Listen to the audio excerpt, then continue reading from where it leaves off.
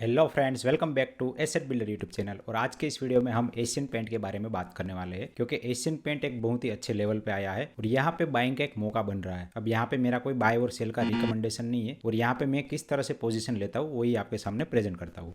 तो इस वीडियो में सबसे पहले हम एशियन पेंट का बिजनेस मॉडल थोड़ा सा ब्रीफ में देख लेंगे, उसके बाद कंपनी का जो रिजल्ट है उसका एनालिसिस करेंगे एंड लास्ट में टेक्निकल चार्ट पैटर्न से हम समझने की कोशिश करेंगे कि क्यों मैंने यहाँ पे एशियन पेंट बाय किया है। तो एंड तक मेरे साथ इस वीडियो में बने रहे। तो सबसे पहले तो कंपनी का अगर आरओसी आरओई देख लेंगे तो 30-23 का है। अगर बिजनेस को आप थोड़ा सा डिटेल में देखेंगे तो आप देख सकते हैं कि एक कंपनी जो है वो 1942 में एस्टैब्लिश हुई थी, मतलब कि लगभग 80 ईयर ओल्ड कंपनी है। तो यहाँ पे काफी सारे उतार चढ़ाव आए होंगे, लेकिन फिर भी ये कंपनी मार्केट लीडर पोजीशन में बनी रही है। अगर लीडरशिप पोजीशन की बात करें तो एशियन पेंट एशिया के अंदर थर्ड लार्जेस्ट पेंट कंपनी है और वर्ल्ड के अंदर 9th लार्जेस्ट पेंट कंपनी है और इंडिया के अंदर लास्ट 50 साल से लीडरशिप पोजीशन पे है। और यहाँ पे कंपनी का जो मार्केट शेयर कंसिस्टेंटली 50% के आसपास मेंटेन है। अगर हम रेवेन्यू ब्रेकअप की बात करें तो यहाँ पे सबसे ज्यादा रेवेन्यू डेकोरेटिव कोटिंग से आता है, मतलब घर के अंदर हम जो पेंटिंग करवाते हैं वहां से आता है, और बाकी industrial coating and international operation से इसका बाकी का रेवेन्यू आता है। और यहाँ पे और एक इंटरेस्टिंग बात है कि इस कंपनी का मार्केट शेयर 50% है, लेकिन उससे सेकंड नंबर पे जो कंपनी है बर्जर पेंट, उसका मार्केट शेयर ओनली 16% है। उसका जो सेकंड कंपिटिटर है वो भी उसके नजदीक नहीं है। और कंपनी ने यहाँ पे किचन बिजनेस और बाथ बिजनेस में भी एंट्री ली है। यहाँ पे कुछ कंपनी को एक्वायर करके इस बिजनेस में स्टार्ट किया है और यहाँ पे इतने अच्छे नंबर अभी नहीं आ रहे, लेकिन फ्यूचर में यहाँ पे ग्रोथ की पॉसिबिलिटी बन सकती है, क्योंकि ये सारे जो सेगमेंट है वो अनऑर्गेनाइज सेगमेंट है और एशियन पेंट का जो मेन बिजनेस पेंट बिजनेस है वो भी होम रिलेटेड बिजनेस ही है। तो कहीं ना कहीं वो कस्टमर धीरे धीरे एक्वायर कर सकते हैं। तो ये तो होगी बिजनेस की बात। अगर हम इसके फाइनेंशियल पे भी नजर डालें तो कंपनी का स्टॉक पी 70 है, जो कि अपने लास्ट 10 ईयर के मीडियन पी से थोड़ा सा नीचे चल रहा है। अगर मीडियन पी की बात करें तो 70 से ऊपर ही था और कंपनी के ऊपर ना के बराबर डेट है। और यहाँ पे प्रमोटर के प्लेजिंग परसेंटेज 10.6% है, जो थोड़ा सा हाल फिलहाल में बढ़े है, लेकिन यहाँ पे टेंशन की बात नहीं, क्योंकि प्रमोटर के पास मेजोरिटी स्टेक है 52% का। तो थोड़ा बहुत तो प्लेजिंग कर दे तो उसमें कोई प्रॉब्लम नहीं है। अगर बहुत ज्यादा परसेंटेज प्लेजिंग हो तो वहाँ पे प्रॉब्लम क्रिएट हो सकता है। और जो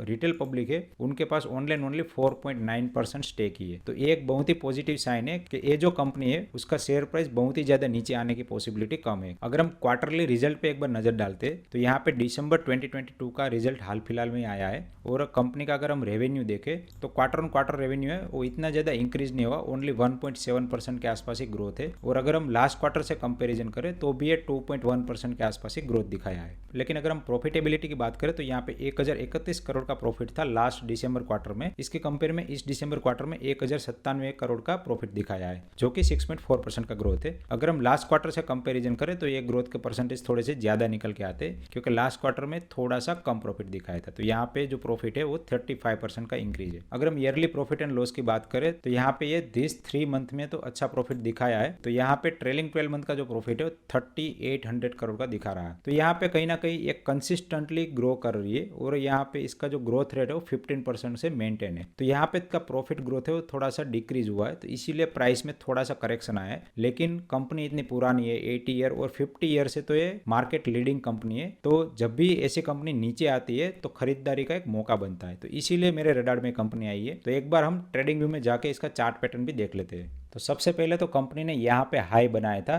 तो ये था सितंबर 21 और यहाँ पे लगभग 1.5 ईयर के बाद ये सेम लेवल पे ट्रेड कर रही है। ये जो 1.5 ईयर है उसमें यहाँ पे कोई भी प्राइस में ग्रोथ नहीं दिखाया है। अगर हम ऑल टाइम हाई से देखें तो यहाँ से कंपनी ने लगभग 22% की गिरावट दिखाई है। उससे पहले भी ये लेवल पे कंपनी की 28% की प्राइस में गिरावट आई थी और यहाँ से भी एक स्ट्रॉन्ग बाउंस बैक करके वापस गया था। तो अगर हम ये लेवल देखें, यहाँ पे 2 बार रेजिस्टेंस दिखाया था और उसके बाद ऊपर जाके फिर 1 बार 2 बार 3 बार और ये फोर्थ, तो 4 बार यहाँ पे सपोर्ट दिखा है। तो कहीं ना कहीं इस लेवल से कंपनी के रिवर्सल होने की पॉसिबिलिटी ज़्यादा है और नीचे आने की पॉसिबिलिटी कम है, क्योंकि ये मार्केट लीडिंग कंपनी है और निफ्टी 50 इंडेक्स की कंपनी है। तो यहाँ पे ऐसी स्ट्रॉन्ग कंपनी में बहुत ज़्यादा गिरावट नहीं आती है, 20 से लेकर 30% के आसपास गिरावट आती है। अगर कोई ऐसी एक्स्ट्रा ऑर्डिनरी इवेंट आ जाए तो भी इसके अंदर मैक्सिमम 50% की गिरावट आ सकती है। तो अगर हम इसमें पोटेंशियल गेन की बात करें तो मैंने ऑलरेडी यहाँ पे 2900 के लेवल पे बाय कर लिया है और यहाँ पे पोटेंशियल गेन जो निकल के आता है करंट लेवल से